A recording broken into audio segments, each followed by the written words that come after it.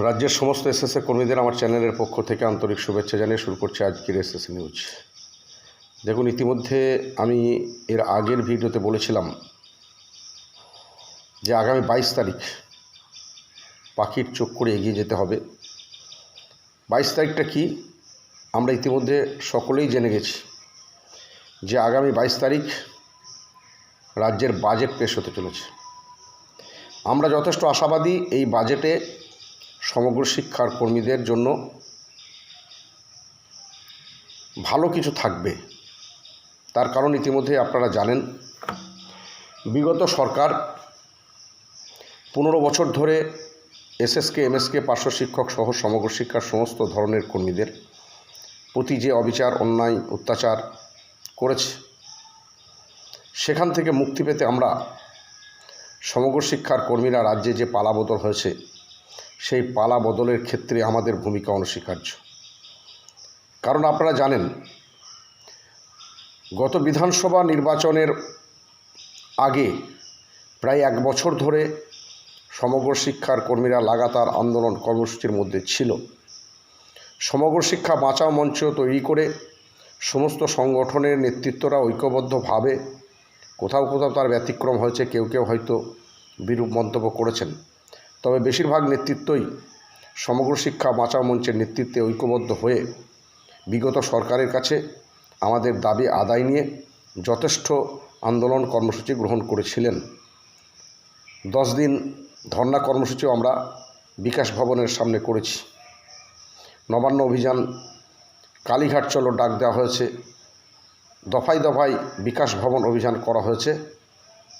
যখন দেখা গেল বিগত সরকার তৈরি হওয়া ফাইলকে চেপে গেল, অর্থাৎ সমগ্র শিক্ষার কর্মীদের কিছু করল না, অন্যদিকে অন্যান্য সমস্ত স্তরের কর্মীদের যথেষ্ট উন্নয়নের দিকে এগিয়ে গেল, ঠিক সেই জন্যই সমগ্র শিক্ষার প্রায় 1 লক্ষ কর্মচারী তারা নির্বাচনের প্রাক্কালে সরকার পরিবর্তনের ডাক দিল।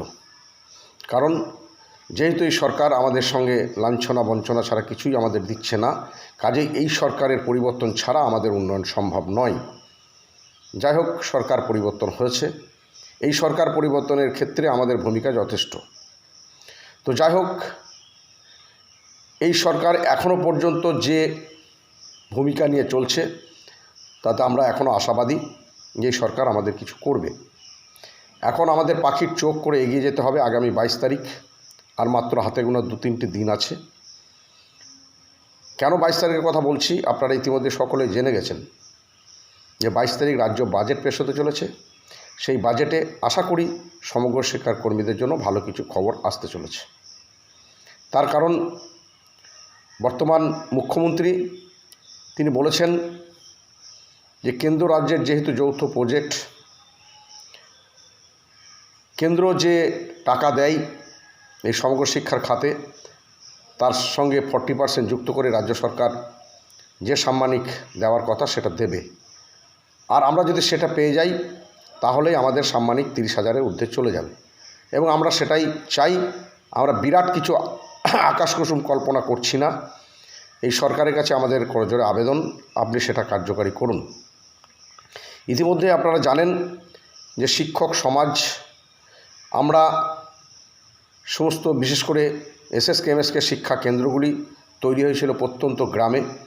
সেখানে আমরা নিরলস প্রচেষ্টা চালিয়ে অক্লান্ত পরিশ্রম করে গ্রাম বাংলার স্কুল ছুটগুলোকে আমরা একেবারে জিরোতে এনে দাঁড় করিয়েছি। কিন্তু তারপরে বিগত সরকার শিক্ষা কেন্দ্রগুলিতে একটার পর একটা অন্যায় অবিচার চালিয়েছে। সবশেষে কাটমানি খেতে খেতে এমন একটা জায়গায় দাঁড় করিয়ে দিয়েছিল যে শিক্ষা কেন্দ্রে পোশাকের টাকাতেও তারা ভাগ বসিয়েছিল। মিড ডে মিলের খাতেও তারা কাটমানি করেছে। আমরা আশা করব নতুন সরকার মুখে যেটা বলছে আগামী দিনে সেটাই কার্যকারী করে শিক্ষা ক্ষেত্রকে আরও উন্নততর করে তুলবে, এইটা আমরা আশা রাখতেই পারি। তো যাই হোক, সবশেষে আমি যেটা বলতে চাই, বিশেষ করে আমার ভিউয়ার্সদের বিশেষ অনুরোধে মাঝে মধ্যেই আমাকে প্রতিবেদন পেশ করতে হয়।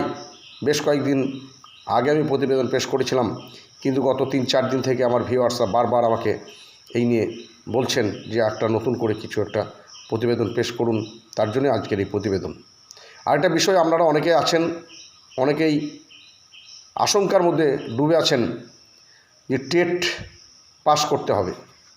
এ নিয়ে এখনও পর্যন্ত ক্লিয়ার, বিশেষ করে এসএসকেএমএসকের ক্ষেত্রে কোনো গাইডলাইন নেই।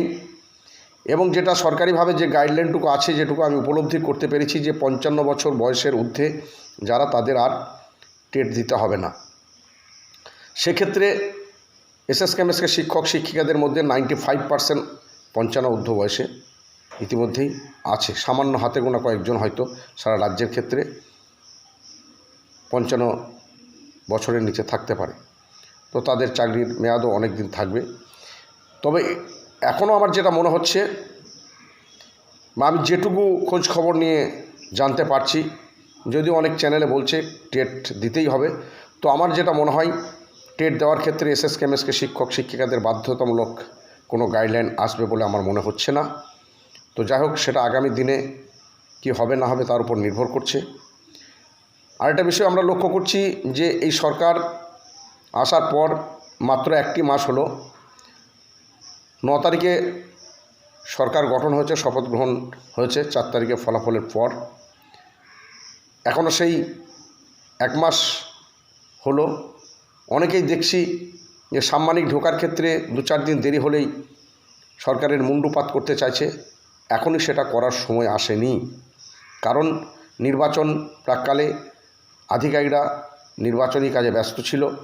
অনেক সময় যে এসআইআরের কাজে অনেকেই ব্যস্ত ছিলেন, তার জন্য হয়তো গত মাসে সাম্মানিকের ক্ষেত্রে কিছুটা সমস্যা তৈরি হয়েছে, যে সমস্যাটা আমাদের চিরস্থায়ী সমস্যা, চিরদিন লেগেই আছে। তো যাই হোক, আগামী দিনে এই নিয়ে এই সরকারকে দায়ী করার মতো এখনও সময় আসেনি। আগামী 2-1 মাসের মধ্যে যদি আমরা দেখি স্বাভাবিকভাবে সাম্মানিকটা সময় মতো ঢুকছে, ভালো কথা। না হলে এই নিয়েও আমাদের আধিকারিকদের সঙ্গে কথা বলতে হবে। ইতিমধ্যেই সংগঠনের পক্ষ থেকে একটা কর্মসূচি আপনারা জানেন দেওয়া হয়েছিল, যেটা হচ্ছে প্রতিটি এলাকায় তার নিজ নিজ এলাকার বিধায়কদের কাছে শুধুমাত্র সম্বর্ধনা দেওয়া, মানে জানান দেওয়া আমাদের এসএসকেএমএসকে সংগঠনগুলো আছে, এসএসকেএমএসকে সরকারের নির্দেশ অনুযায়ী সমস্ত কিছু কাজ করে যাচ্ছে। এক কথায় সেই যেটা বলতে অনেকেই বলে গ্রাম বাংলায়, জুতো সেলাই থেকে চণ্ডীপাঠ পর্যন্ত সব কিছুই কিন্তু এসএসকেএমএসকে শিক্ষক শিক্ষিকাদের করতে হয়। কারণ এসএসকেএমএসকে শিক্ষা কেন্দ্রগুলিতে কোনো ক্লার্ক নেই, কোনো ঝাড়ুদার নেই। তালা খোলা থেকে শুরু করে স্কুলের ঘর পরিষ্কার করা পর্যন্ত সেটা আমাদেরই করতে হয়। তো সেই জায়গায় দাঁড়িয়ে আমাদের সাম্মানিক খুবই সামান্য। জানি না আমার এই প্রতিবেদন শাসক দলের কোনো নেতা মন্ত্রীর কাছে পৌঁছাবে কিনা। আমরা পৌঁছানোর চেষ্টা করছি বিভিন্নভাবে, বিভিন্ন জেলায় আন্দোলন কর্মসূচির মধ্য দিয়ে। আন্দোলন বললে ভুল হবে, আমাদের যে দাবি দেওয়া সেগুলো আমরা স্মারকলিপি আকারে জমা দিচ্ছি।